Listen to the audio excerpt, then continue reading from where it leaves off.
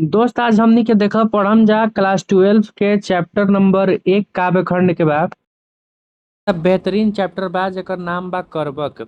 इनकर जो राइटर रहन वो रहन मलिक मोहम्मद जायसी। ई बेचारू का रहन कि एगो आंख इनकर वंचित रहन, मतलब एगो आंख इनका भी ना रहे आ दाहिना आंख ना रहे। इनकर जोन बा चेहरा जोन बा चेचक के कारण पूरा तरीका से खराब हो गई रहे। इतना बात समझ में आयल हुई तो हमनी के चैप्टर के अच्छा से हमनी के पढ़म जा देखम जा कि एकनी के का कह मतलब का किताब में लिखल बा, एकर मतलब का चीज ह।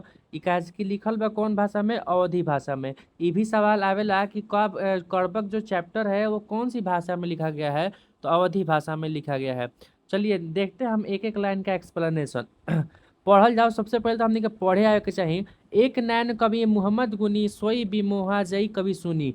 ये देखिए ये जो लाइन है कह रहे हैं कि एक नैन कवि मोहम्मद गुनी, जो मोहम्मद कवि हैं, जो जैसी जी है, उन एक आंख का है। वो एक नैन मतलब एक आंख के है, लेकिन वो क्या है, गुणवान है। देखिए यहाँ पर गुनी लिखा हुआ है। एक नैन कवि मोहम्मद गुनी, एक आंख के है लेकिन बहुत ही ज्यादा गुणवान है।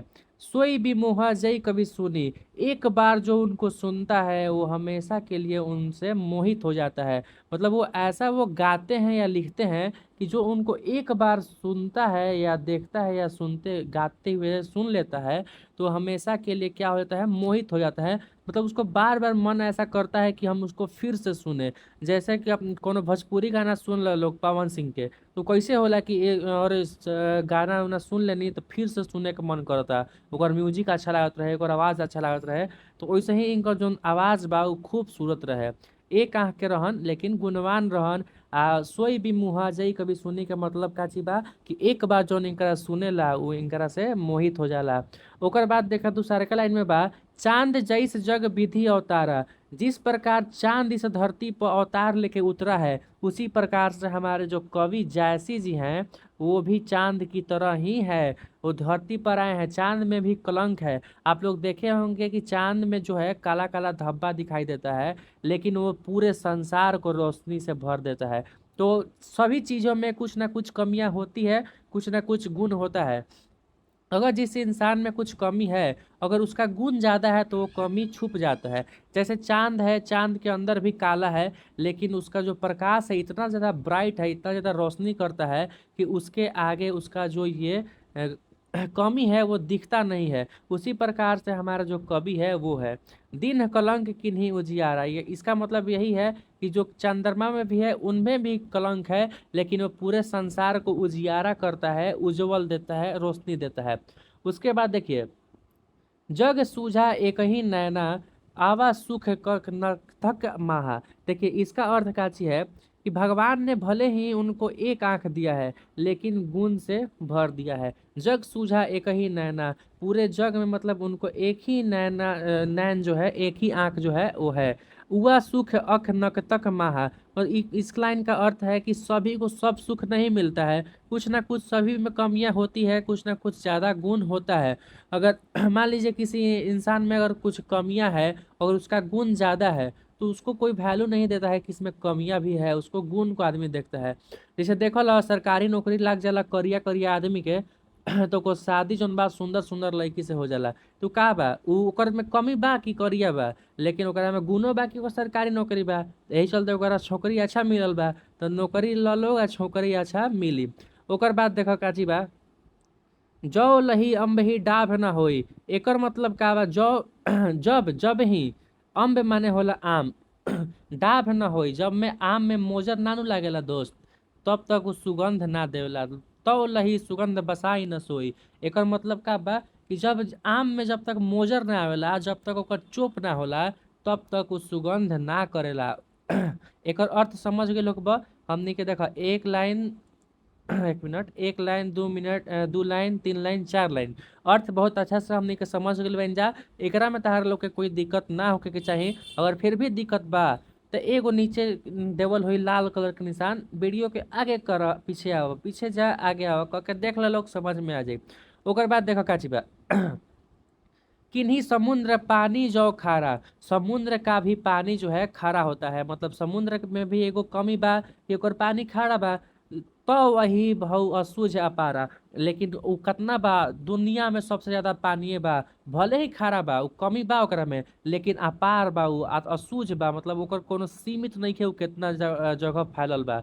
इहे समुद्र के मतलब होला। भले ही कमी बा समुद्र में कि ओकर पानी पियल ना जा सकेला, लेकिन उ इतना ज्यादा बा कि ओकर ई गुण बा। एगो एक दिने कमी बा, एक दिने गुण बा। आगे देखो लाइन काची कहता, जो सुमेरु त्रिशूल विनाशा। सुमेरु एगो पर्वत के नाम बा जेकरा पे एगो त्रिशूल चलावल गई रहे, ओकरा नष्ट करे खातिर। केकरा नष्ट करे खातिर? सुमेरु पर्वत के उड़ावे खातिर ओकरा पे एगो त्रिशूल चलावल गई रहे कि उड़ जाए।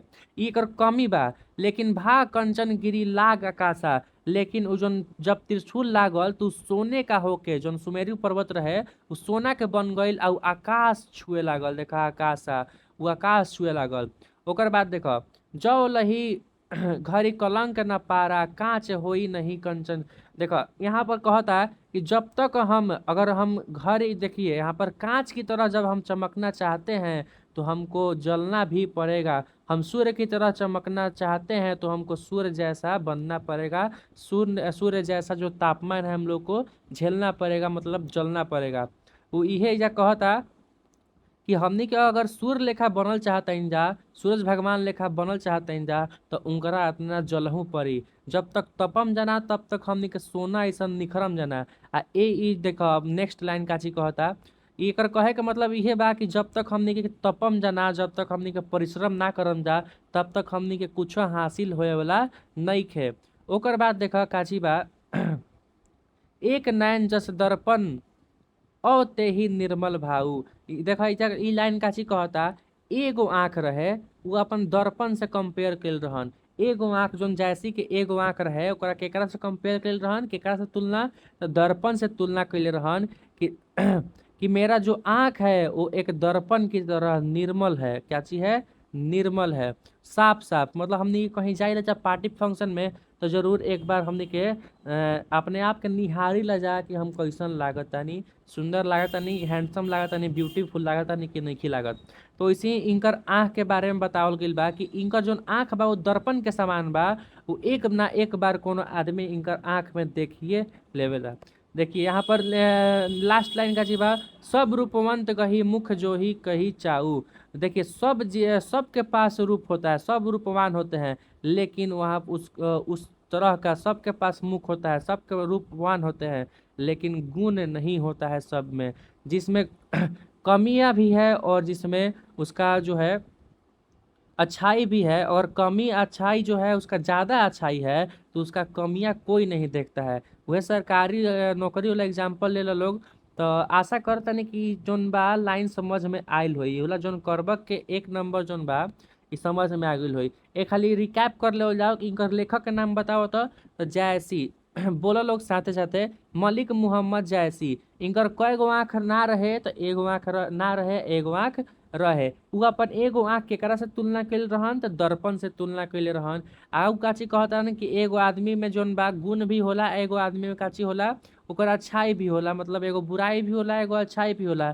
जैसे समुद्र के पानी खारा भी होला, लेकिन उ काची बा? शुद्ध बा, अपार बा। सुमेरु पर्वत पर त्रिशूल मारल गई रहे, लेकिन उ फिर भी सोना के बन के आकाश छुए लागल।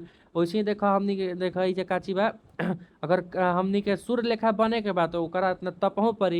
इतना समझ में आ गइल होई तो हमनी के नेक्स्ट जोन बा ई 2 नंबर एकरा समझल जाओ कि काची कहता। और वीडियो में जो भी जोन कमी बा उ बताइए, साउंड के कमी, समझावे के तरीका के कमी, मतलब जो भी कमी लागे वो कमेंट बॉक्स में लिख देवे के बा कि हाँ भैया ई तार कमी बा, एकरा सुधार कर, तो वीडियो ज़्यादा चली। ठीक नो? देखो दोस्त, तुषारका जोन पैराग्राफ बा ओकरा में काची कवि कहत रहन, मुहम्मद यही कवि जोरी सुनावा, सुना जो प्रेम पीर ना पावा। प्रेम भाईजा ध्यान दिया लोग, प्रेम पीर ना गा पावा। देखो एकर मतलब का ची बा कि जोन कवि मोहम्मद जायसी बाड़न, उनकर जोन जोन भी सुनलक, जोन उ गाना लिखले बाड़न, जोन भी कहानी लिखले बाड़न, जोन भी ओकरा सुनलक, उ प्रेम के पीर के कवि के उनकर रूप में माने लगलक। मतलब उनका एकदम पीड़ा झलकेला जब कहानी के पढ़ेला। कोनो कोनो ऐसन फिल्म रहेला जिससे सैयारा एगो आइल बा नया नया पर, एकरा में काची बा कि कि मतलब कैसन प्रकार के इमोशन से खेल गइल बा आदमी के। तो वही प्रकार से इहो जौन बा आदमी के इमोशन से खेल जात रहन। मतलब जोन भी इनका सुनत रहे नु वो अपन ही ख्याल में दम डूब जात रहे, आंख से ओकर आंसू आ जात रहे, ऐसन ऐसन ही कहानी लिखत रहन, माने दुख भरी कहानी। ओकर बाद देख जोरी लाई रकत के लई, जो रक्त के लई माने खून के लई से एक गो वर्ड जोड़ जोड़ के उ लिखत रहन। इजा मतलब वर्ड के जोड़े के अर्थ पर यूज कल गइल बा काची रक्त के लई। रक्त के खून के गोंद से एक गो वर्ड के जोड़ जोड़ के ऐसन ऐसन गाना बनैले बाड़न कि गाढ़ी प्रीति नैन जल भई, जेकर मतलब प्रेम के देख के हमनी के आंख में आंसू झलक जाला। देखो नैने जल भई मतलब नैन में जौन बा एकदम गाढ़ा सा आंसू जौन बा टपके लागेला।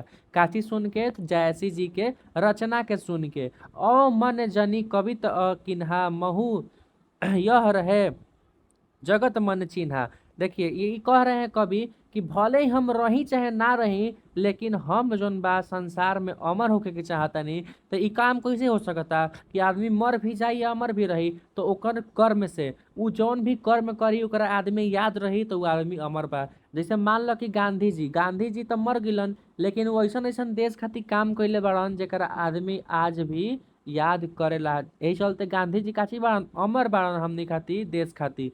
तो ऐसे ही कवि कहत रहन कि भले हम रही चाहे ना रही, मन जानी कवि तो अस किन्हा। हम जहाँ भी रही चाहे ना रही, महू यह रहे जगत मन चिन्हा। लेकिन जो संसार में एगो हमर चिन्हा रहे के चाही। ऐसने बहुत सारा राजा जोन रहलन तू अपन कृति से ही अभी तक मशहूर बाड़न। जैसे अकबर तो मर गिलन, लेकिन उनकर जोन कृति बा, जोन ओकर कर्म बा, उ अभी तक बा, जिनकरा उनकरा अमर बनाए रखल बा। तो यही कहता देखो लाइन में, कहाँ सौ रतन से ही अस राजा, कहाँ अभी रत्न सेन जैसा राजा रहा है, कहाँ सुआ असी बुद्धि, कहाँ वैसा बुद्धि जीव पर्सन रहा है, पुरुष रहा है, कहाँ उलाउद्दीन सुल्तान भी अब नहीं रहे हैं, कह राघव जय किन्हीं बखानू। और जो राघव के राजा है वो भी अब नहीं रहे हैं, कह स्वरूप पद्मावती जैसी रानी भी अभी नहीं रही है। लेकिन इन सब का जो नाम है ना दोस्त, अभी भी चर्चित है, अभी भी हम लोग इनका नाम सुनते हैं। मतलब ये अमर है, कुछ ना कुछ ऐसे काम किए होंगे जिसके वजह से हम इनको पढ़ते हैं या जानने की कोशिश करते हैं इनके बारे में, तो ये अमर हो गए।